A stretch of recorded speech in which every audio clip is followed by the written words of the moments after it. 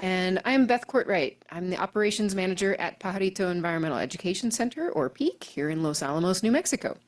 And I'll be the moderator for tonight's talk. I want to first acknowledge our wonderful donors and our members for their generous support, also the support of our partners like the Mountaineers. And for more details about other PEAK programs, you can visit our website at peaknature.org or the Mountaineers website, lamountaineers.org. Just a few logistics for the presentation before we get started. Sorry for those of you that have heard this many, many times. Our presenter will be taking questions via Zoom chat and from our in-person audience. For those of you watching from home, you can find that chat feature in the Zoom menu bar. Type your questions to the one that says Peak Moderator, it says Beth in parentheses, in the chat window anytime during the talk, and I'll read them at the Q&A at the end. Please remember that as much as we could try, not everybody in the room with us can have a microphone, so there might be a delay when we're listening to those questions from the live audience. Don't worry, we'll be back on in just a second, and we will repeat the question for everyone to hear. After the talk, you're going to get a short evaluation. It's a little survey link in your email. Please do take a moment to fill that out. It really helps us to improve our future programming. All right, without any further ado, I'll pass it on to Evan to start the Mountaineers meeting. All right. Thank you, Beth. I'm Evan Rose. I'm currently the president of the club. Welcome to our April meeting. Let's see. We have our agenda. Hello. Click once on the trackpad right there. Oh, all right. The details. Today we have a safety minute. Part of our club charter is to present safety talks to make outdoor activities safer for everybody and to share lessons that we have learned. And so Norbert will talk about this particular incident and walk us through it. This is Norbert Enslin. Thank you, Evan. Oh, I've got it right here. Okay. Yeah, this is a report on a climbing accident at Tres Piedras by a couple of weeks ago. One of our good friends, a senior climber and member of the Mountaineers, fell to the ground while he was being lowered off a climb at Tres Piedras. He fractured a vertebrae in his back and received some other injuries. He was airlifted to UNM and had back surgery the next day. He's in a rehab facility now in Albuquerque. He's doing very well and is due to be discharged on Thursday, I think. Okay, next slide, please. It's often said that accidents are just a combination of a whole bunch of little things that went wrong, and I think that's the case here. So I've tried to summarize these with feedback from the other people that were there that day, so hopefully we have most of the facts correct here. There were 8 of us that went to Tres Piedras to climb with a nice couple from Switzerland that we'd met at Hueco Tanks a few weeks earlier. So there were 10 of us climbing. We went to the Aspen Alley area because the Swiss folks wanted to try some of the nice friction climbs there. So we set all 4 of the major anchor routes there, but we had 10 people, so it was pretty busy. It was a fun morning, but you had to wait for climbs a little bit sometimes. And one of our leaders volunteered after lunch to start bringing people to a different area and setting climbs over there. So he was ready to go over there, but his rope was still in use by other people on one of the climbs. So he was offered a rope by somebody else who told him this was a 60-meter rope, but that person was busy belaying and couldn't actually hand him the rope. And our leader was also busy gathering his gear together, so it was the second who hadn't actually heard the whole conversation from either person that picked up the rope. And that second picked up the wrong rope, one that was 44 meters long rather than 60 meters long. Did I mess up my thing here by pushing? Okay, thank you. Do I go back? Can I go backwards here somehow?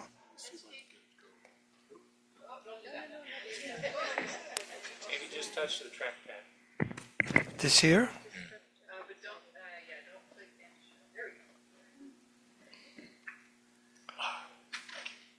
Can you make us go backwards? Yeah, I think we're on the right one. No.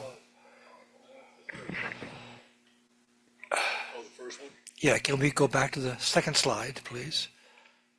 Now go back. Now go back. There. Good. Okay, so we're at point number 3 here. The leader did the climb, and he knew from past experience that it was a 60-meter climb. And assuming that he had a rope that was 60 meters, he or the second, they did not tie a knot in the end of the rope. The leader did the climb, and as he was being lowered, and the belayer was focusing on the lowering process, no one noticed that the rope was sliding through the belay device, and the leader fell and slid down roughly between 20 and 30 feet to the ground. Okay, this is a sketch that Evan asked me to do, so it's his fault here.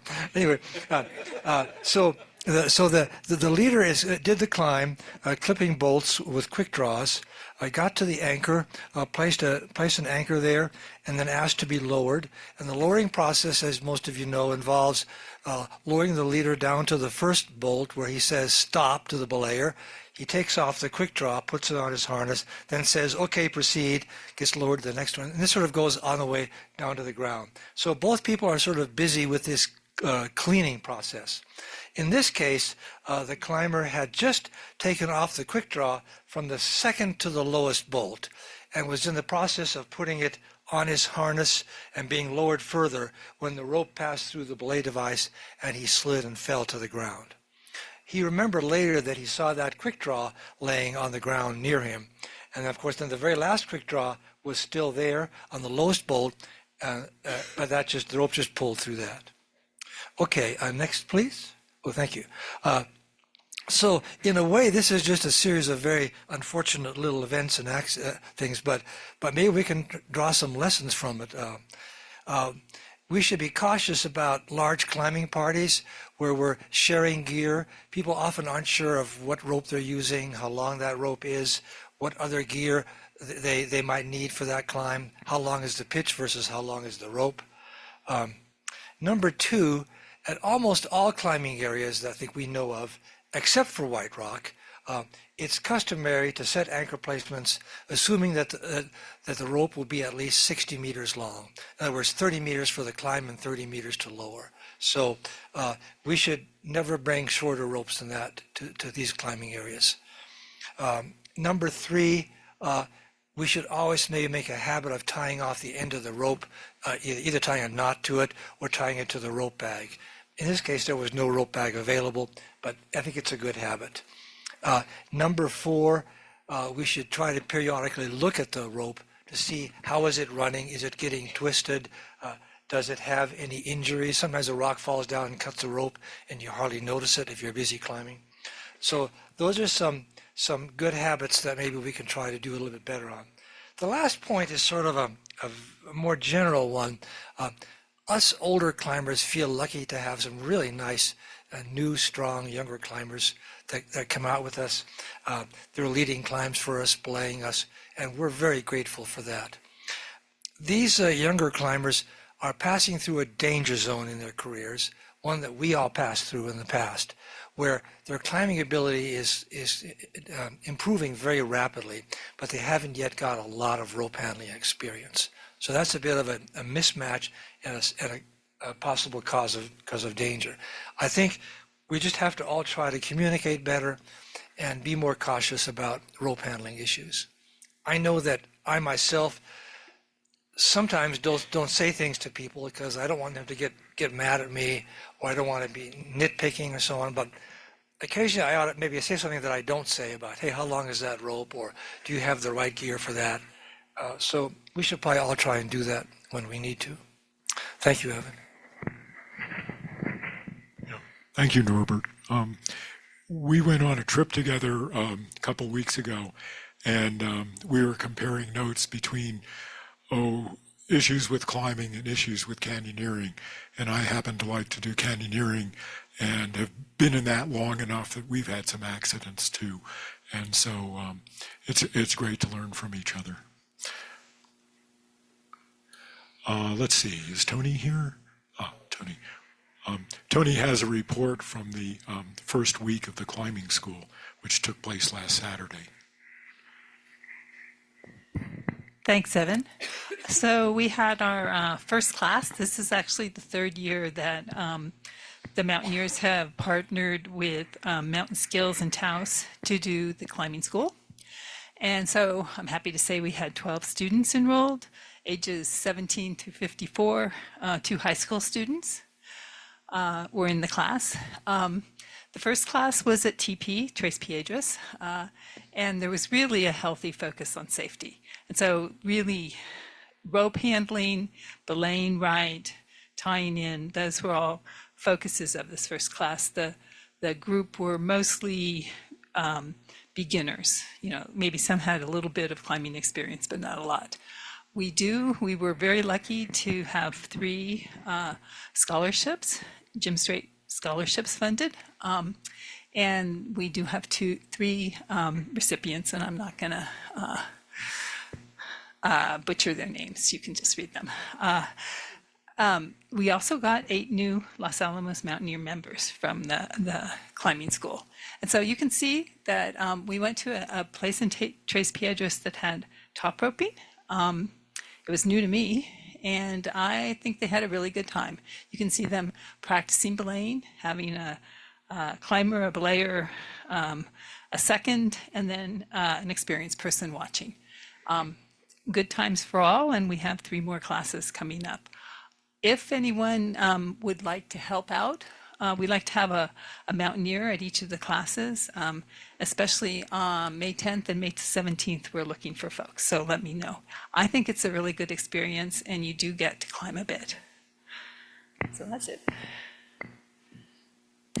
Great, thank you, Tony. Now trip reports. Sylvie Adam will give us trip reports for the month. One more. I'm good, thank you. Okay, one more stop before the main presentation. I'm Sylvie Adam, this year's trip coordinator for the Los Alamos Mountaineers. It's good to see everybody in here. Let's look back into April. As you know from the last meeting, April 12th was the day this month. We had Evan Rose leading the trip to Cabazon, 11 people. I think of it now as a tradition. Evan, you can never stop. Okay. But it's an awesome day. Look for it next year. You never do a fall one, do you? Okay, spring next year. Also on April 12th, Gwendolyn Gallagher took a handful of folks and Lucy, the adventure dog, who's not featured, to a ski and snowboard in Colorado, up and down Angel of Chavano. And got the right condition, just enough so to know, where are you, Gwendolyn?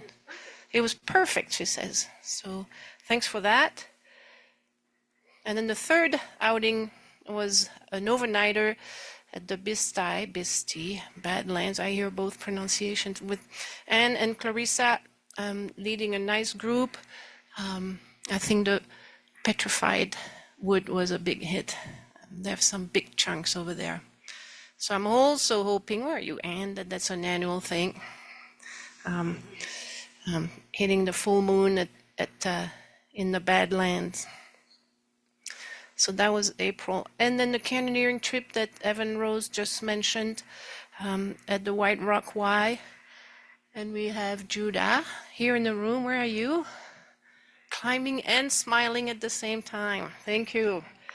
That looked like a nice practice day also, Evan. All right, that was April, I think. So what's coming up?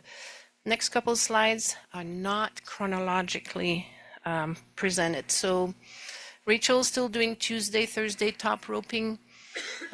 Look on our calendar on our website to find out where she has a session. Bill, you're about to take off for your llama trip. Absolutely. Have fun. And then another Bill trip on the same slide, which will be his annual November week in Moab for some biking, hiking, and exploration. You still have room? There's still a little room. Little room for November. I was just up in Moab on Easter Jeep Week. I'm really glad our big trip is a no-go. Okay. Bill said he was just up there for Easter Jeep Week and is happy to not coincide with that. All right, so there's room for November. Claire, who's here, hi Claire, is having her postponed Water Canyon and Show Canyon loop hike on May 3rd. So you can sign up with Claire via our website if you want to join her. And then Jean with Peak is doing the introduction to backpacking overnighter mid-May. And Beth, we have room for that still? Okay, so you would register for the intro to backpacking on the Peak website, and there is room to join us. And then we get to Tanya's slide. Tanja, where are you? You're here. Which trip has room? The Wolf Creek is full. Okay. There's a wait list already. The Illusion, I have 2 spots. Okay. And the Wind River is 1 spot. Okay, so I'll see what she says. Wolf Creek is full, but there's a waiting list if you're interested in chancing that. Illusion is 2 spots, and Wind River 1 spot. Okay. So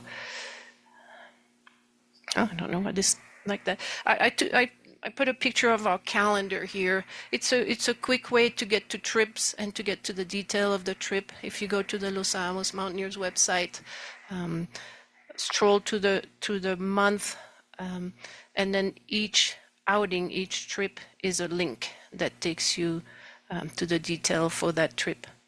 So if you're not a member yet, join us for $15 individual, $20 as a family, and give me your trip ideas. If you're a little shy about leading a trip for the first time, promise we'll co-lead with you. Okay, we have enough experienced trip leaders. So jump in, lead a favorite trip, share your favorite trip with others, and we'll help you do that. All right, that's it for the trips. Here comes Anne to intro the speaker.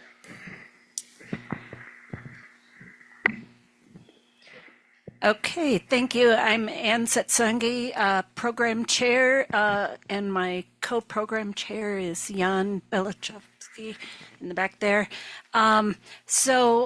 Just look forward. We have in our speaker calendar filled out pretty much for the year.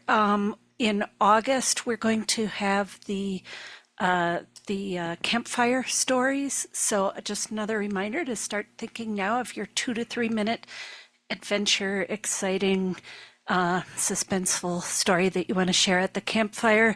That is a slight change that we made. Instead of July, it will be August, and that's August 26th at our meeting then. And then we will have our potpourri in December as usual. We will be putting out an announcement around September, looking for speakers to share a short talk then. So look ahead to that. Now we're excited to have Tim, who is going to give us the Sierra High Route, a week on the high route. Tim grew up in Ohio. Not very high there, but his love for the outdoors was nurtured through scouting adventures and summers with his family in Ontario, Canada. During these experiences, he developed a deep appreciation for hiking, camping, fishing, boating, and the thrill of exploring the wild. Since moving to New Mexico in 2022, Tim has become even more immersed in the outdoor activities, now sharing them with a great community of friends. Here are many of them. And beyond backpacking and wilderness trekking, he is an avid cyclist and has a growing interest in pack rafting. So we look forward to hearing the talk from Tim.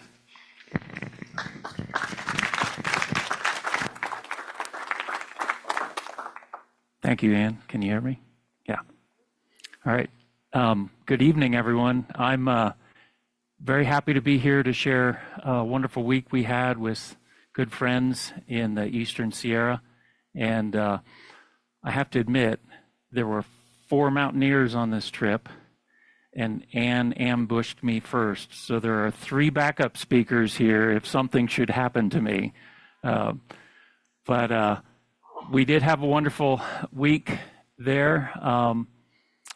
The people are listed here. Obviously, Robin, Tanja, Rick, and I, you know, from the Mountaineers. Good friends, Will and Guilhem joined us, and at least one of them may be online, so welcome.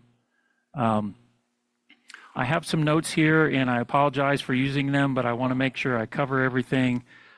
So the picture here, which was in the announcement, I guess the colors aren't as vivid as I had hoped, but they really were vivid in person. That's Mount Abbott, which we had the privilege of camping very close by and watching some beautiful sunsets. And it seems like every evening we had a wonderful sunset upon us.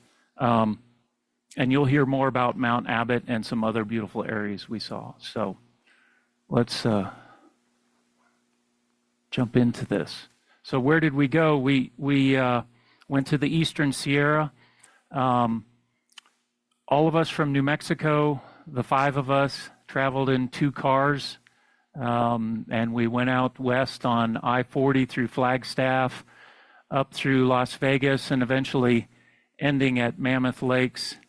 We plan to join or have everyone meet there at Mammoth Lakes on Sunday afternoon, the 8th.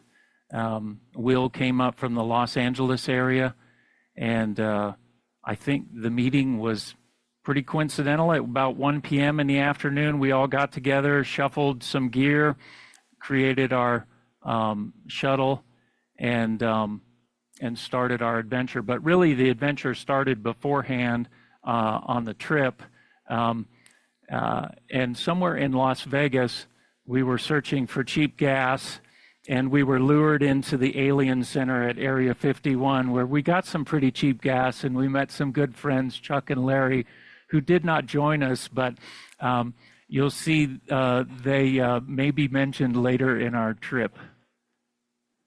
So in a more serious topic here, on topic, I guess, I want to talk about the Sierra High route that Steve Roper, you know, he's kind of mentioned as the inventor of it, but really it's a route that was there well before humans, and he just happened to establish it. He ended up being the one who wrote a book about it, and that's how his name became associated with it. It is so again, it's associated with Roper. I've got a quote here. The book is mentioned here, and this is an image from it. He pieced together existing stretches of the high country, places where no established trails existed, into a continuous high altitude journey. His goal was really to stay higher and wilder than the John Muir Trail, visiting superb remote terrain while avoiding the crowds. I think it took him a couple decades to actually get to the point where he wanted to write about it. And in his book, he doesn't describe it in detail. It is not a trail. There are no detailed descriptions. You have to kind of interpret what he says. And we spent many moments trying to interpret what he was saying about where to go along the route. However, the general landmarks are certainly called out. It generally stays above 10,000 feet for much of the length, and is largely avoiding major trails, although we did hit some. It doesn't require any mountaineering skills, which is something that he sought. It's mostly for the hiker, but there is some scrambling, which you'll see. It demands a really competent person in navigation and comfort in the rugged, remote areas. Roper called it a way to link the lonely country together. And you'll see we didn't encounter many people up there.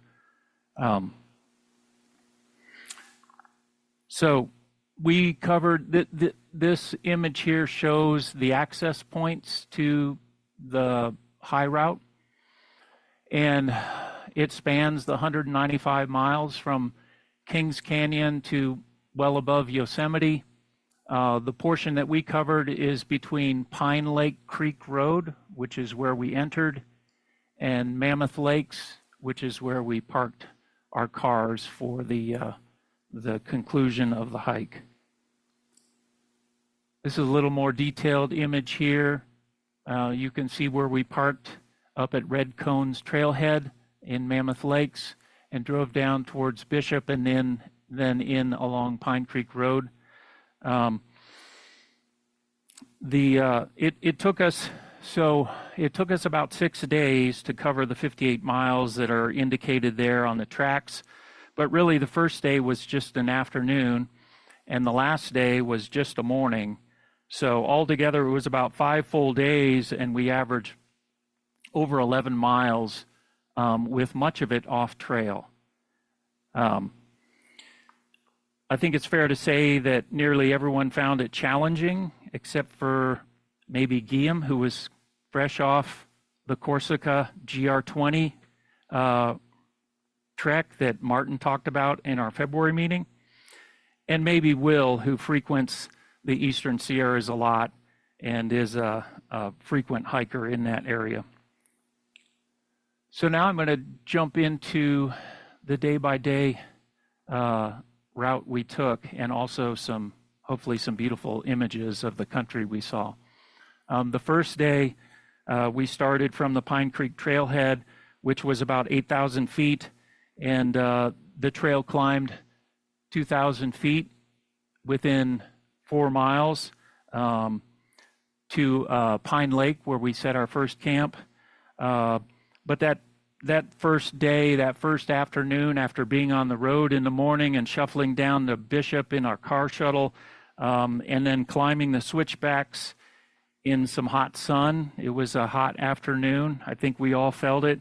And I remember a little bit of wind and very little shade. I think we were happy to get to Pine Lake.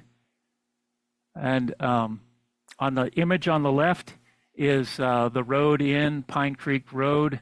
The trailhead is down in the conifers there, and this is looking up after we've started climbing. But here on the image on the right is the gang here getting ready to venture forth. From left to right is Will, Robin, Rick, Guilhem, Tanja, and myself. So along the way, as we headed up, we passed an old abandoned mine or closed down mine. It's a remnant of a tungsten mine in the area with claims back in the late 1800s. And it became an important source of tungsten in both world wars. And at one point, it was the largest tungsten mine in North America.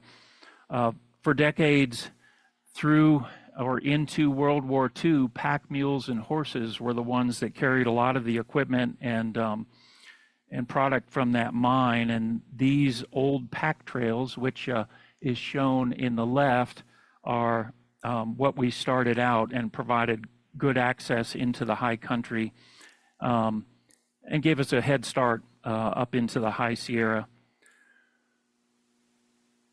Here's another image of the trail that we started up.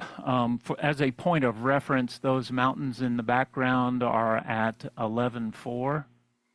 And the average elevation on day 2 and day 3 was above that. So we were headed up. We went pretty high and stayed there. We followed Pine Creek Canyon, staying left along Pine Creek, which you can see in the image on the right there dropping off. Some of the trail was improved, shown in the image here on the left, but it quickly disappeared. And in fact, that was about the last remnant of improved trail we saw for a few days, or maybe most of the week. We finished our first day there at Pine Lake on the far shore. I think our campground was in and amongst the trees there, and I think we were all happy to be settled in there. Our daily routine was kind of find a beautiful campsite by a lake. We would have water to replenish our drinking water for the day, for cooking, rinse out clothes, and if we were, I guess, daring, jump into the cold waters, and it was usually a pretty brief dip. But it felt good, and then we would set up tent or vice versa before all of that activity, and then cook dinner, and by that time, we were ready for a good night's sleep. And it seemed to be a very good routine that we established.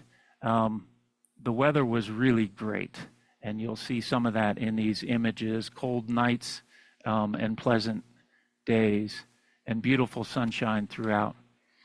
So day 2, we left Pine Lake and we continued past a couple other lakes in the valley there, Upper Pine Lake and Honeymoon Lake, and then we crossed Pine Creek Pass at about 11,100 feet, so we were continuing to climb. Note the average elevation on this day, 11,400, and you'll see why it's so high up there. We stayed high. We could have followed that trail indicated there and wound around down and then followed up the creek to Merriam Lake, which is shown there, which was Roper's recommended route, but we decided to conserve our elevation and stay high and cross a plateau directly over to Merriam Lake. From there, we climbed a saddle between Merriam and Royce Peaks, both topped out above 13,000 feet. There is a little side detour there you can see on the track. A few of us climbed to the peak of Merriam. You'll see some pictures from that. It was a fun, rugged scramble without backpacks, which we left behind, and it provided some spectacular views, which you'll see. After the climb, we traversed around some ridge lines, trying to, again, preserve our altitude, and then up over Feather Pass there by Feather Peak, which was at 12,400, and that was the highest point of Roper's Sierra High Route. At least that's what he noted. We crossed a lot of talus fields, you'll see, and snow fields and giant boulders, and descended eventually into Bear Lake Basin, which is filled with almost an uncountable number of bear lakes: big bear, brown bear, white bear, Ursa. I can't remember. We stayed at Bear Paw Lake, which you'll see.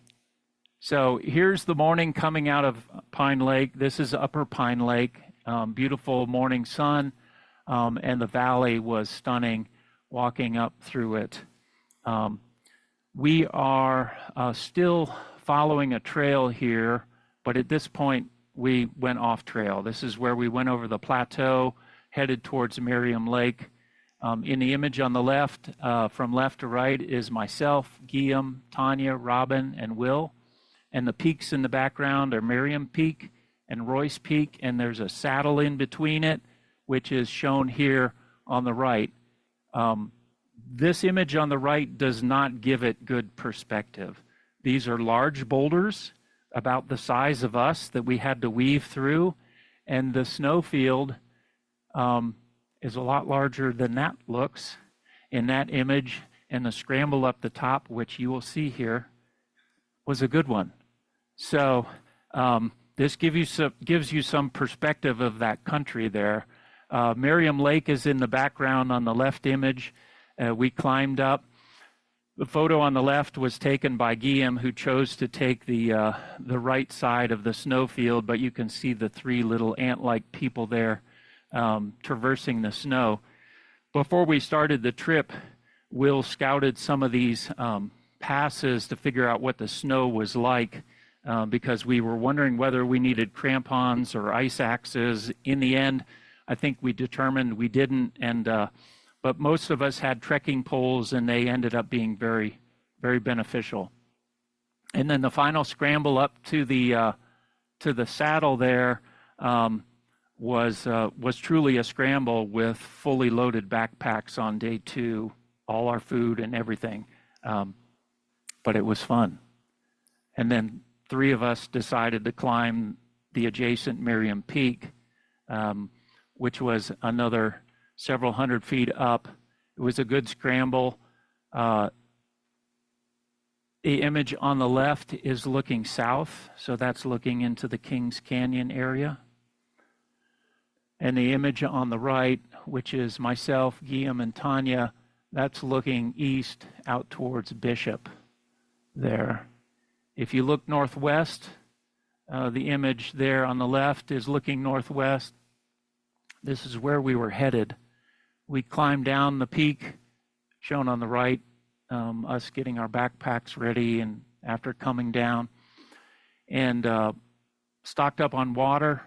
And then we tried to, again, conserve our elevation and go around these ridge lines. This image on the left, we traversed the country on the left side of this image, and the prominent peak in the background, I believe, is Feather Peak, which is where we went over the next pass. And this is coming down the saddle between Miriam and Royce. You can see the trail. It's a nice trail to follow. And then some good water at the bottom. The lakes in the High Sierra were wonderful. They were crystal clear. Roper suggests you can drink right out of them, but I don't think any of us were willing to do that. But plentiful water from the creeks and lakes there. We topped off our water, and then we were back up to the next pass, which was Feather Pass. And that's Feather Peak to the left in that image. Very stark country, as you can see, lots of granite. Roper calls Feather Peak the most rewarding climb, but at that point we were a little tired and didn't want to try to conquer that one. In the image from left to right is Will, Tanja, and Robin. On the downside, or not the downside, but on the backside or northern side of Feather Pass, we found some more snowfields, which we enjoyed these. The image on the left is looking at Bear Lake Basin, which is where we eventually ended up, but we all experimented with different techniques for going down the snowfields. The butt on snow method seemed to be the most effective. And this is Bear Lakes Basin. This was Bear Paw Lake. This was our campsite. This is about the viewpoint we had, and if I knew where to look, there's another tent there that we noticed. We saw one other person who was camping at this lake, and we were debating on whether we should disturb them or not. We decided it was too attractive of a lake to avoid it, so we were very quiet and tried to work our way around them, and I think they were, I'll use the cursor here so people online can see. I think our neighbor was somewhere in this vicinity, if I remember, and we worked our way around to this point here, which is where our campsite was. It was a beautiful campsite and provided us with a beautiful sunset, the typical alpine glow from the Sierra on Feather Peak, which is what we had just come by on the way in. And then, of course, the setting sun in the west, looking from our campsite, looking west over Bear Paw Lake. Okay, so from Bear Paw Lake, we headed to Lower Mills Creek Lake. We continued through the Bear Lakes region. You can see some of the names here, and crossed White Bear Pass, which was close by Dancing Bear Pass. And next we descended into Lake Italy, which was a massive alpine basin surrounded by talus fields. Roper indignantly called Lake Italy ugly, but I don't think we all agreed, because we stopped there for lunch and took a break on our way. I think he called it ugly because it's just surrounded by boulders and talus fields and all of that. After lunch, we climbed up Gabbett Pass, which was another high, rugged traverse full of boulders, snow patches, and snow-fed lakes, and descended into a lush Mills Creek basin, finally reaching Lower Mills Creek, which, as Roper described, it was indeed exquisite. And so here's some of the imagery. This is, if you remember the silhouette I showed you, this is the morning. So this is the sunrise from our campsite over Bear Paw Lake. The neighboring Big Bear Lake we crossed by, and then on our way up over White Bear Pass to White Bear Lake. White Bear Lake, I guess, is one of the more remote lakes in the Eastern Sierra, and it was a beautiful glassy image that you can see projected a nice reflection from the mountains. So this is Lake Italy. On the left, we're descending down into the lake, and then on the right, we've finished our lunch and climbing out, getting ready to go up Gabbett Pass. In the image on the right, you've got Rick, Robin, Tanja, myself, and Will. And here's Gabbett Pass. This was a long climb. It topped out at about what Feather Pass was, 12.4, and no clear apparent trail, but if you followed the contours and the general descriptions that Roper provided, that's more or less what we did. And then coming down from the pass, and once we got over the pass, some really clear emerald water that was literally melting from a snowfield that was running into it over the pass. That's Tanja, Robin, and Rick there. And then we looked upon Upper Mills Creek Lake there in the image on the right. There, it was kind of a stepped fashion, so Lower Mills Creek is just beyond in the image on the right. And it was kind of nice to step into a meadow, more or less, and follow a little creek. It was a change from the high country we were in, although we were still more or less at timberline or above. I don't remember exactly what Lower Mills Creek was, but this is us headed to our campground, which was the rocky terrace extending out here. We camped here and had great access to water and everything we needed to have a wonderful evening, which we did in that basin because of the surrounding mountains there. And you can see the familiar Mount Abbott there as the sun is starting to set, and then a bigger perspective on that title page image that I provided. Okay, so day 4 on the trail. Oh, I wanted to mention one thing first. At Lower Mills Creek, we had a great campsite. Many of us enjoyed the water. We rinsed off some clothes because we'd had some hot afternoons in the sun. The temperature wasn't really hot, but the sun was really hot, and we felt it.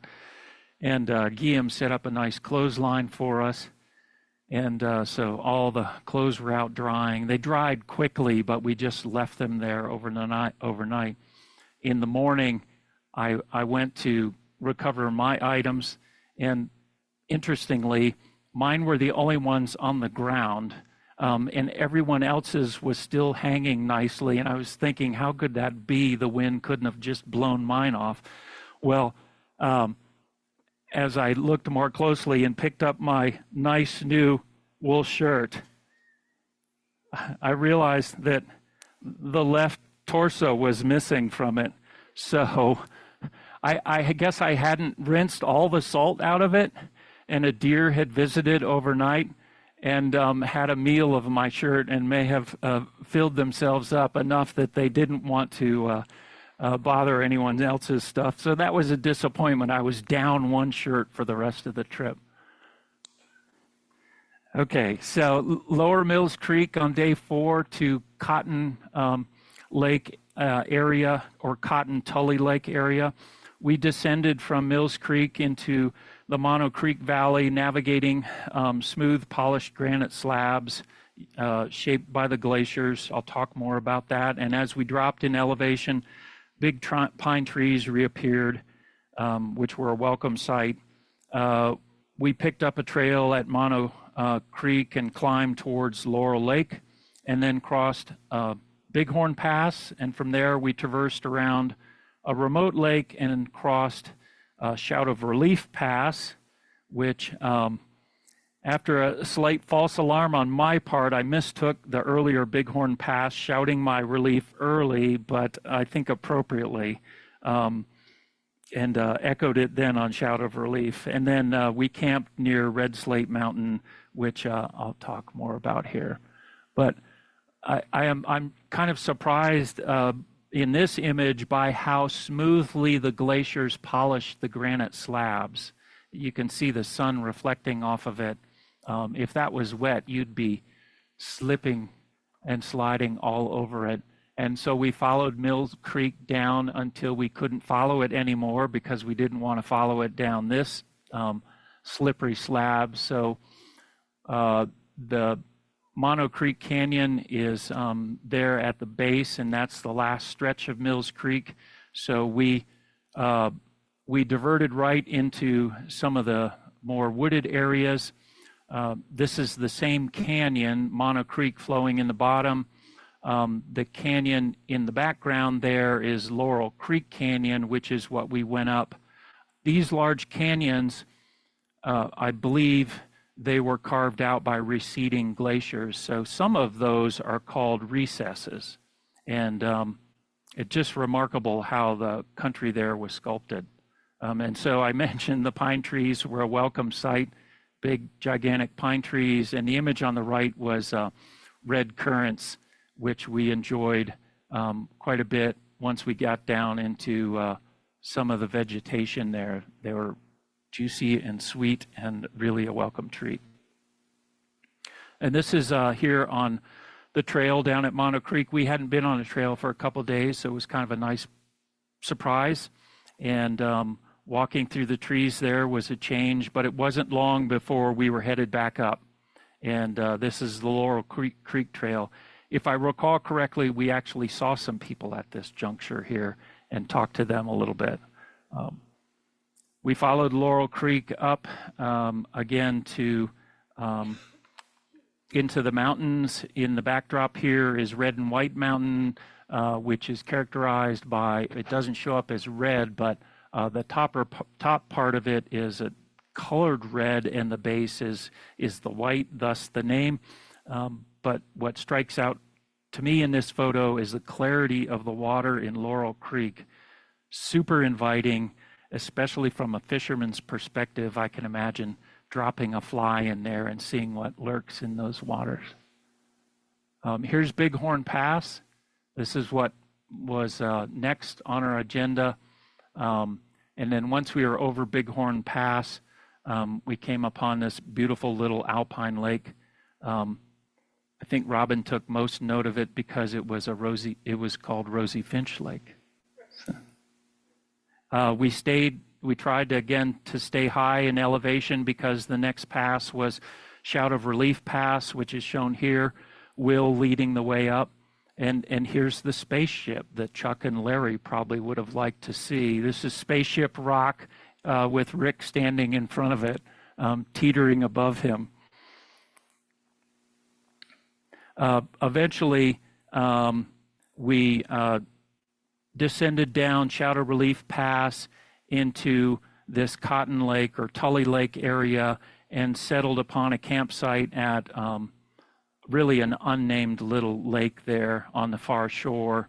And that's Red Slate Mountain in the background, which tops out over 13,000 feet. And it's, I think, the most prominent mountain the next 60 miles north as you go in this area. And our campsite there with the backdrop and the setting sun on red slate was a beautiful sight. All right, so we're covering a lot of miles, but day 5 was our longest, 15 miles, and this was from Cotton Lake to Deer Lakes.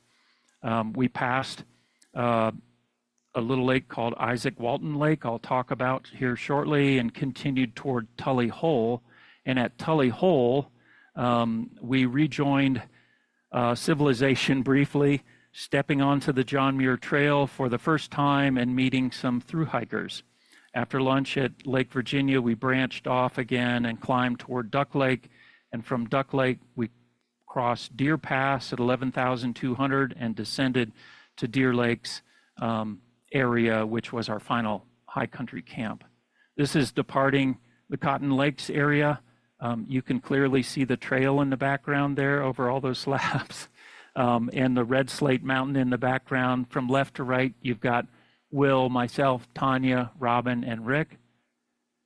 This is an interesting lake that caught my eye when we were walking by it. I remember this lake distinctly because there were so many little circles rising to the surface. There were all these little fish that seemed to be feeding in the morning, and I took a video and didn't quite capture it, but the lake is named after Isaac Walton, and in preparing this, I wondered, who is Isaac Walton? Well, he's a 17th century British writer, and he is famous for writing a book called The Complete Angler. And so I thought the lake was appropriately named because it seemed to be full of fish as well. Then we continued our descent down to Tully Hole. The creek that flows out of Isaac Walton Lake is called Fish Creek too, which we saw. And then eventually figured out how to get down into Tully Hole, shown on the right, but that part of getting down and figuring it out was kind of a fun challenge for us. We didn't really have a trail to follow in many of these places, and so we really had to look carefully where we were and assess the safest way down, because some of them were some of the routes were cliff-like, which is shown here. We followed the John Muir Trail up to Lake Virginia, had lunch there, and talked to some people, which we hadn't done for a little while. And then branched off from the John Muir Trail over to Duck Lake. Again, beautiful water, very inviting, but very cold for a swim if you were to be tempted. And then eventually over Deer Pass into the Deer Lakes region. The lake here on the right, where my cursor is, and was where we stayed in this campsite.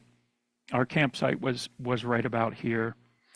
I'll point out the next day is when we climbed up to Mammoth Crest. This is Mammoth Crest here, so that was going to be our next morning's route. But again, we were provided a beautiful sunset, not only the sun on the mountains, but also the rising moon there above. Last day, which was just half a day, we woke early. Well, half of us woke early. Guilhem, Tanja, and I decided we wanted to get up early, get to the trailhead, and hit the road home. And Rick and Robin and Will were going to celebrate in Mammoth, so I think they enjoyed a little bit warmer morning with some sunshine. This is a view of coming out of the Deer Lakes Basin in the early morning as the sun really was preparing to rise. And looking back on those mountains, we saw that beautiful sun set. You know, despite the climb, we still were cold and we were welcoming that morning sun. Once we got to the crest, we could look north and we could see that sun coming up. That was the northern view in towards Yosemite. And then we got more sun, which helped. Some of the cliffs, pretty sheer drops. And then we got some images of couloirs that in the winter, I think covered in many, many feet of snow. Perhaps Rick and Will have skied. And that's Will there in the image.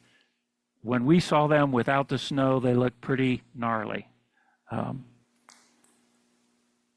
And then our last view of down into Mammoth Lakes, we descended down a dusty, unknown ski trail in the Mammoth area, which was kind of fun because we were bounding from sand pile to the neck, and eventually ended at Horseshoe Lake and the Red Cone Trailhead, completing really our journey and got to our cars.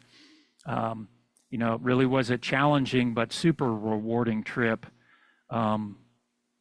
I'll end with a little tidbit from our trip home. The adventure did not stop because in Beatty we found this very obstinate donkey who wanted handouts and approached us quickly, and I had to roll up the window. But I found this image here particularly relevant to the lead up to last November's election. So it was fun. So, you know, in summary, I guess this, in my opinion, this really was a fantastic trip. Remote country, clear skies, wonderful weather, wonderful alpine lakes to be around and enjoy, some super high passes with very few people. And I really don't think we could have asked for better conditions for that week. And I'm already thinking about maybe going back next year and doing another portion of the Sierra High Route, either down near Kings Canyon or up in the backcountry of Yosemite. And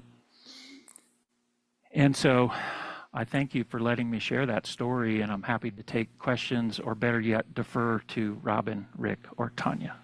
So thank you.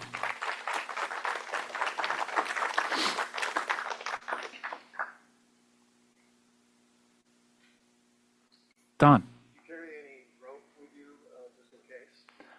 The question was, did we carry any rope with us? Nothing other than paracord, nothing to get us over some of those more aggressive scrambles. I don't remember the reasoning behind it, but reading through the book and some of the experiences that Will shared with us led us to believe we didn't need it. Yeah. Tony. The question was, did we need permits? Yes, we did, and Will took care of those. And there were some regulations during the course of our adventure out there, and I think it might have been in a Tully Hole region. We were intercepted by a ranger.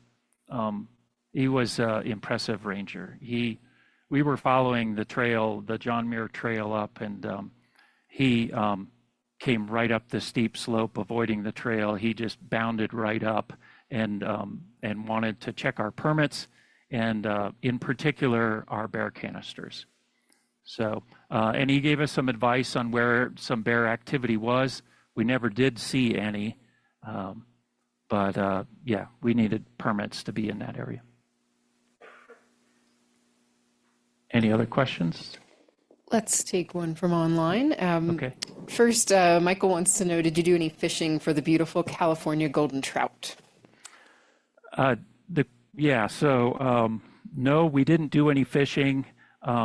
I think it would have been quite enjoyable. I pointed out some attractive spots to fish, but we had a lot of miles to cover and we didn't have very good trail to cover it on. So we kept our forward momentum, and I think fishing would have distracted us from that. But it would have been great. Tony, I think you had another question. The question was, did we use microspikes? That would have been a good idea because we still were a little bit uncertain going into the trip what the snowfields were like. We did not, maybe because we discounted the crampons and ice axe and thought that we were just going to go for it with the trekking poles and good boots. And so there was some kicking in some parts of the snowfield, but we did not use microspikes. Yes, Gwendolyn. I missed this, but you mentioned in the book that Roper describes the route to you, but did you rely on any GPS files? Yes, the question is, Roper does provide general descriptions of the route, but did we rely on GPS files? And yes, Will had created a GPS file of, I think, a combination of his interpretation of the route and also his experience hiking it, portions of it before. So we did use that, but we deviated as we felt appropriate. For example, the first day, we went right over that plateau because we wanted to stay high. We were up at 11,000 feet. We didn't want to drop another 1,000 and come back up. Not that I know of, but they're out there. Yeah, they're out there. I saw another question. Yes. Hi, Gina. Yeah. What was the weight of your pack and what kind of fuel did you use?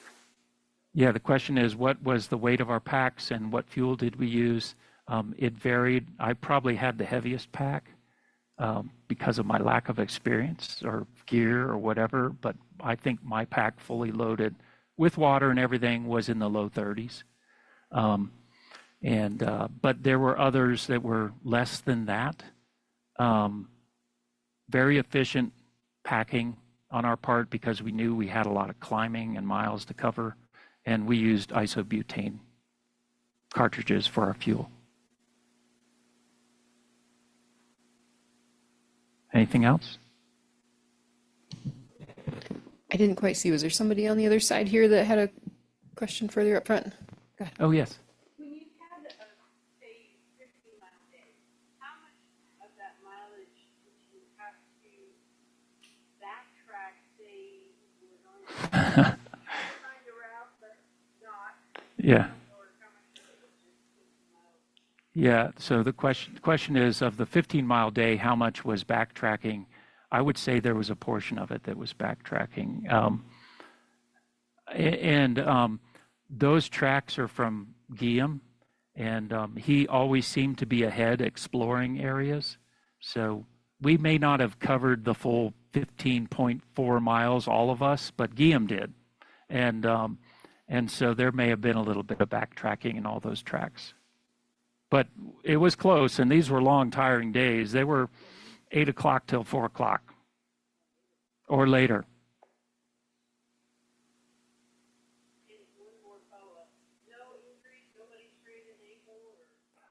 There were, I think, a couple sprained ankles, but thankfully we had good high boots. I know I had ankle high hiking boots, pretty rugged, and I did turn an ankle, and it bothered me most of the way, but it wasn't enough to deter us in any way. It could be a real problem up there because you're stepping in and around boulders and lots of foot traps. I think the trekking poles definitely were a big help to us. Tim, there are a couple of questions about other wildlife on the trip. So you mentioned the fish. There were no bears. Anything else? Or Robin, any good birds? Good birds, Robin? And yeah, so yeah. Dippers and, other things like that you would expect at high elevation. I think we had white-tailed ptarmigan. But there weren't a lot of birds at all. You can see, looking at that landscape, that there's not a heck of a lot of birds. So there weren't a lot of birds. Was that Could people online hear that? I'm not sure I could competently repeat that. Yeah, highlights were the ptarmigan. Where's the Not microphone? many, not many good birds. Sorry, Robin. We should. Here you go.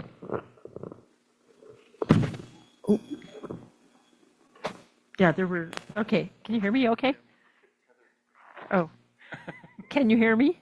Am I, okay, so there were white-tailed ptarmigan, rosy finches, and the dippers and things like that you would expect at high elevations, but there were not a lot of birds because you can see that this habitat did not have a lot growing there, and so there really wasn't a lot to eat, so we didn't see that many birds.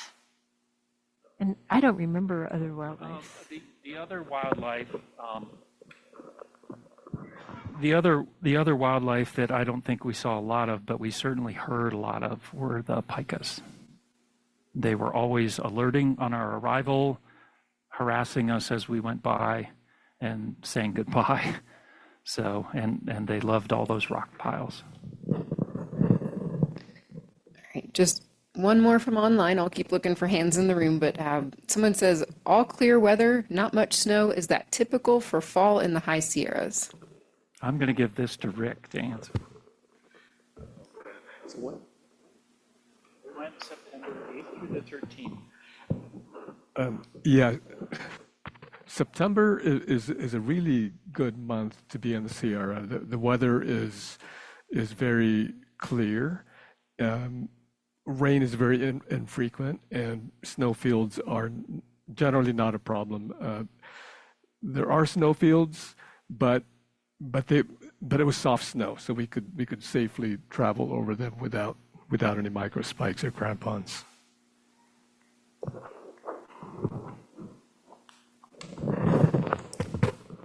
Great. Yeah, just to add to that, maybe temperature-wise, you could see every day was kind of sunny. I think our coldest night was the night before we went up to the Mammoth Crest, and we had some of our water freeze that night. I remember consciously putting my water filter alongside me in my tent to make sure it didn't freeze. So the nights were cold. They were in the 30s, and then the days probably 50s, 60s at most, but it was the sunshine that kept us warm.